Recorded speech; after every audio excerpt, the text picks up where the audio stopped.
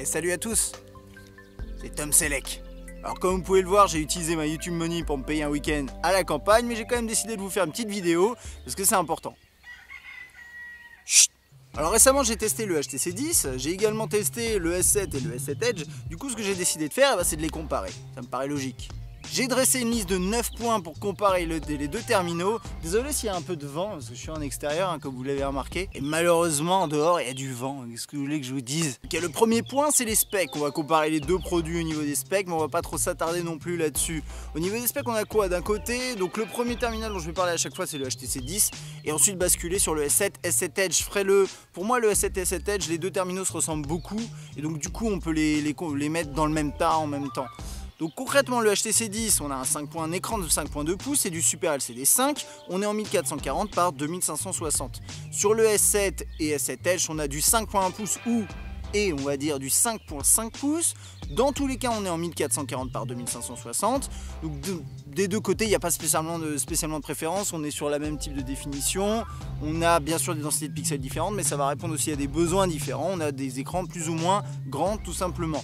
Ensuite, on est sur Android 6.0 sur les deux terminaux. On a un Snapdragon 820 sur le HTC 10. Et de l'autre côté, alors, il est censé être sous 820, mais en Europe, en tout cas, on a l'Exynos 88, 90.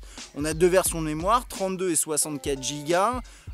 Ces deux éditions, on trouvera surtout la 32, donc on parlera des prix de la 32 quand on parlera des prix. 4 Go de RAM dans les deux cas. 12 mégapixels ultra pixels du côté du HTC 10, 12 mégapixels du côté du S7, stabilisation optique et sur la caméra frontale du HTC 10 on a une stabilisation optique qui peut être intéressante éventuellement. Sur le HTC 10 on est en USB de type C, ce qui est différent du S7 et S7 Edge qui est en micro USB 2.0. C'est plus voir pour l'avenir, mais en soi ça change pas grand chose honnêtement. Les deux terminaux sont équipés de capteurs d'empreinte digitale et de la technologie Fast Charge, chargement rapide apporté par Qualcomm dans deux versions différentes sur les deux appareils, mais en fait ça change pas grand chose, ça chargera rapidement tout simplement. Et sur le S7 et S7 Edge vous avez quand même le chargement sans fil, ce qui est sympathique. Alors sinon ensuite pour rester sur la charge, on a 3000 mAh sur le HTC 10, on en a 3000 sur le S7 et 3600 sur le S7 Edge, mais en même temps il a un écran plus grand, plus d'espace à gérer, on se retrouve. Dernier point des specs qui est important mais qui est lié au design, on reviendra là-dessus bien sûr, les S7 et S7 Edge sont certifiés IP68 résistants à l'eau alors que le HTC 10 ne l'est pas. Concrètement au niveau de ces specs, moi je dirais que les deux se valent, il n'y en a pas un qui se distingue spécialement je trouve, et d'ailleurs ça nous permet de rebondir sur le prix. Pour le HTC 10 on est à 750 €, il est sorti un peu plus tard, il faut le noter quand même. Du côté du S7 et S7 Edge on est à 700 et 800 €, donc de base quand même dès l'annonce des produits, on a des produits chez Samsung, en tout cas le S7 qui est moins cher que le HTC 10, de 50 €. En parallèle il faut noter que le S7 et le S7 Edge, comme ils sont sortis il y a un peu plus longtemps, ont tendance déjà à baisser au niveau du prix. Vous trouverez des offres inférieures au prix que je viens de vous annoncer, ce qui n'est pas encore le cas sur le HTC 10, mais ce qui devrait arriver forcément avec le temps. Donc pour le point prix, je dirais simplement que oui, le S7 et le S7 Edge sont moins chers de base, à 50 € près. Voilà. On va passer maintenant au design et à l'ergonomie, je regroupe les deux. On a des appareils qui sont en aluminium, qui ont du verre, qui ont également du plastique, tout ça c'est assez bien fini dans les deux cas. On a tout de même un S7 et S7 Edge c'est un terminal qui est plus fin, pas forcément plus léger mais qui est plus fin, qui est certifié IP, ce qui est quand même intéressant et qui à mon sens, alors attention là c'est subjectif, mais je trouve que le S7 et S7 Edge, les deux terminaux ont un design qui est plus premium finalement en termes d'approche. Personnellement, je préfère l'approche de Samsung par rapport à celle de HTC qui est plus épaisse. C'est un terminal plus épais, qui sonne un peu creux, c'est de l'aluminium mais qui ressemble un peu à du plastique je trouve, voilà. Ça c'est mon avis et pour ça c'est les goûts et les couleurs, vous connaissez comment ça se passe. Après à noter que niveau design, donc si on met de côté le S7 Edge a quand même quelque chose de très particulier, c'est les courbures sur les côtés qui plaisent à certaines personnes qui trouvent ça vraiment sympa, à d'autres ça ne plaira pas. Encore une fois, là c'est qu'une affaire de goût. Par contre, ce qui n'est pas une affaire de goût, c'est quand on commence à comparer le S7 et le HTC 10 en termes de dimension pure et dure.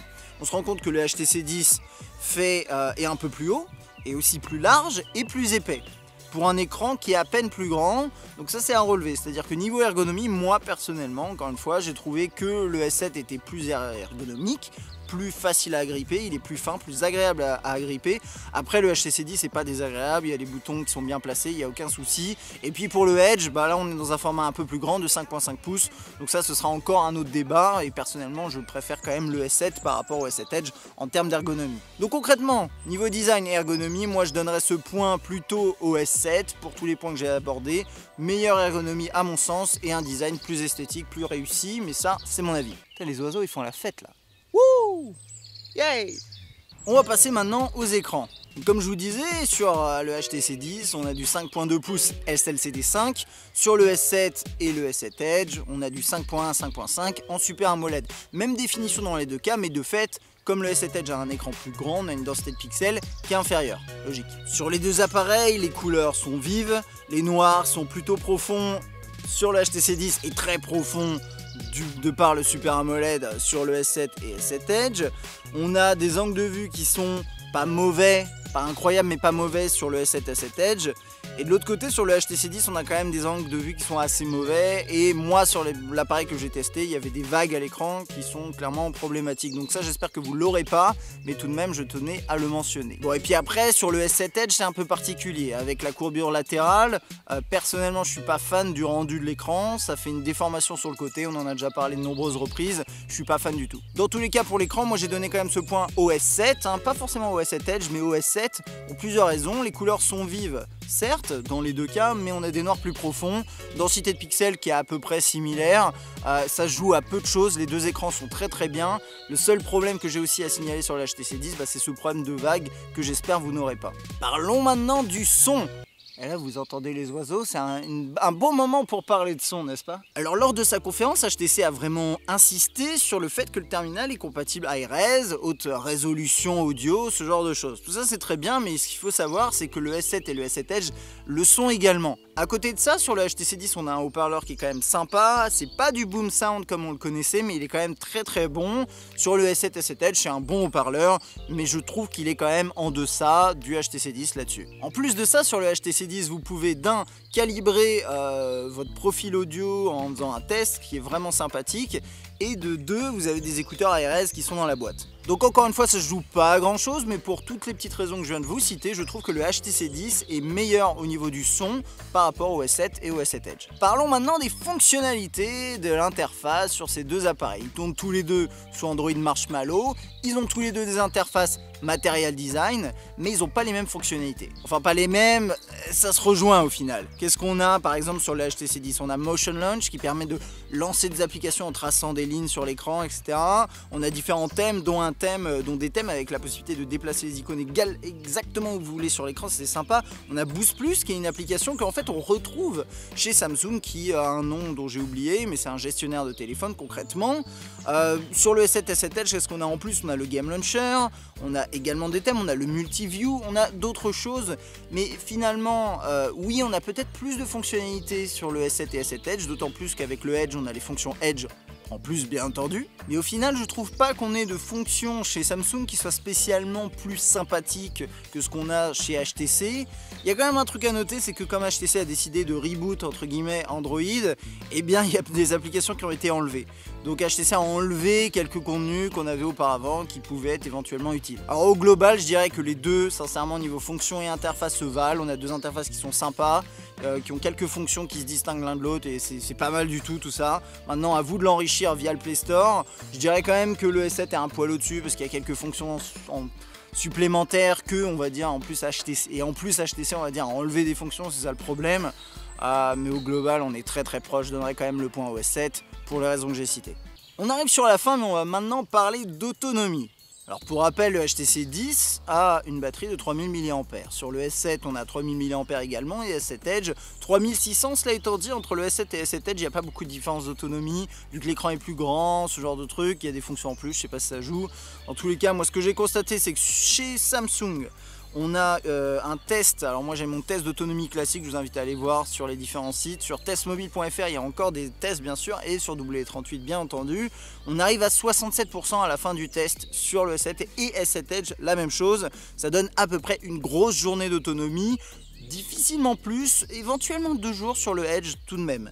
Par contre, du côté du HTC 10, on termine à 59% avec une journée d'autonomie et là pour le coup assez difficilement plus. Vous l'avez compris, d'un point de vue autonomie, c'est plutôt le S7 et S7 Edge qui passent devant. Et côté performance, sur les trois appareils, les performances dans l'interface sont bonnes, les performances en jeu sont également très bonnes. Alors sur quoi ça va jouer finalement? Alors pour information, dans les benchmarks, on arrive sur des scores assez similaires avec quand même le S7 et le S7 Edge qui arrivent un poil au-dessus.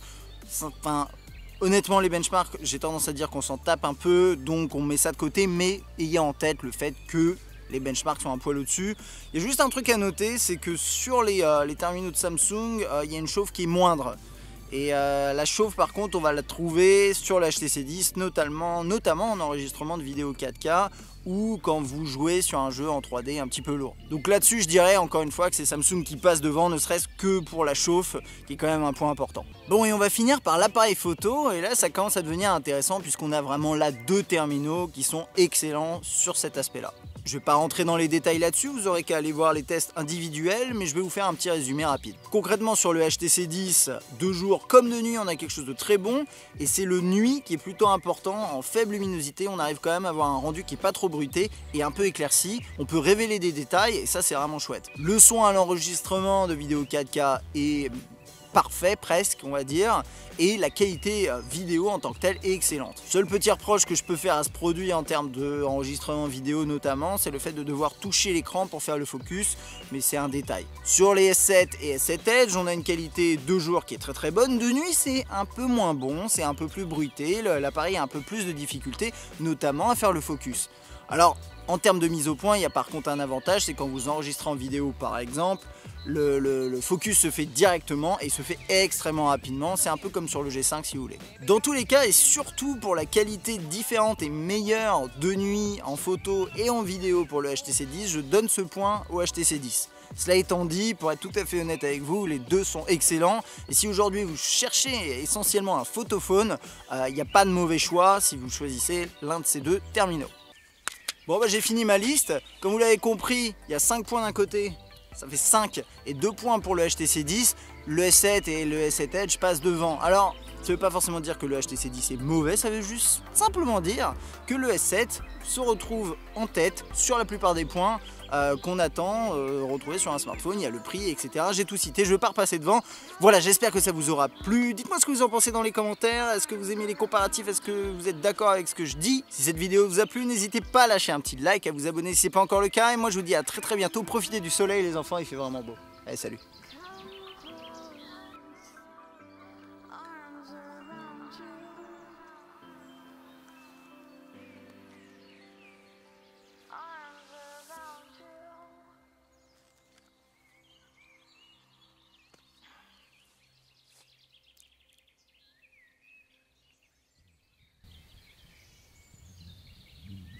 My name is Tom Selleck. Mine de rien, il était pas mauvais dans Blue Bloods, donc moi je l'aime bien Tom Selleck. Je pense que au niveau de la moustache, je suis pas trop loin. Peut-être faire un effort. Par contre, je pense pas qu'il portait de casquette. Mais là, mes cheveux, c'est pas vraiment ça, donc on va mettre une casquette.